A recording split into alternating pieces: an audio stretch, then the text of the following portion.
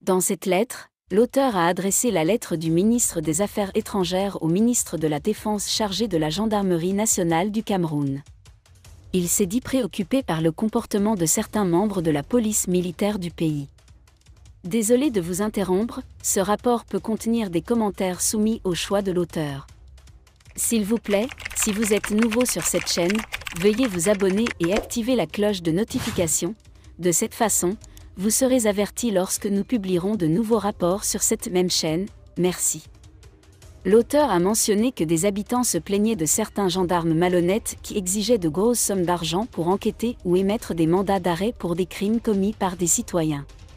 Cette pratique est considérée comme une forme de corruption et de fraude, car les sommes demandées ne sont souvent pas disponibles pour les citoyens déjà en difficulté financière. L'auteur a également noté que certains officiers de la police militaire auraient soumis ces demandes de perquisition à des collègues du bureau d'enquête, créant ainsi un marché pour les mandats privilégiés.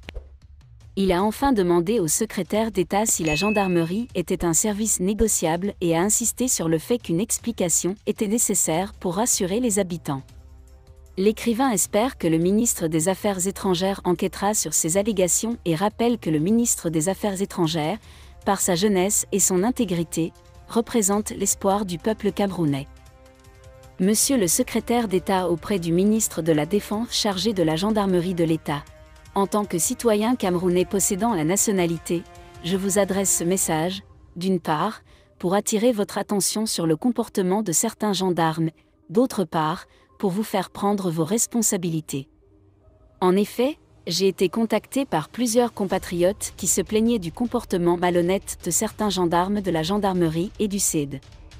Il ressort de leur accusation mutuelle qu'en contactant les gendarmes au sujet des crimes commis, certains ont demandé à payer une certaine somme afin de pouvoir enquêter et arrêter les suspects.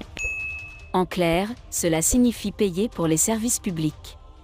En conséquence, le montant qu'ils doivent payer est hors de portée des Camerounais pauvres qui ont déjà du mal à subvenir à leurs besoins quotidiens de base.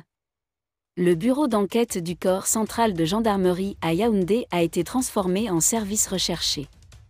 Des suspects aux identités évidentes et au statut social stable ont été impitoyablement poursuivis par la police militaire puis arrêtés sans convocation préalable.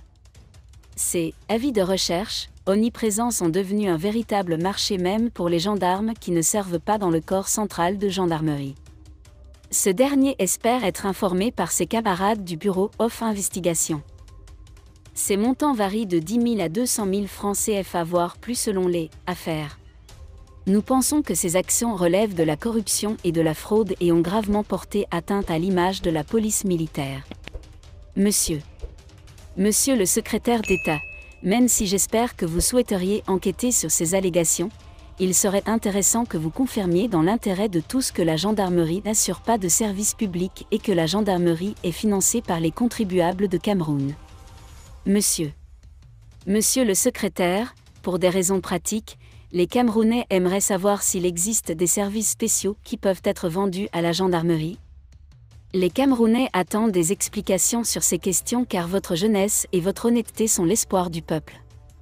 Merci d'être resté avec nous jusqu'à ce point, comme toujours pour promouvoir la liberté d'expression. Laissez vos opinions à ce reportage dans la section commentaires ci-dessous. Si vous avez aimé cette vidéo, merci de liker, partager, commenter et surtout vous abonner à la chaîne. Et on se retrouve très vite pour une prochaine vidéo.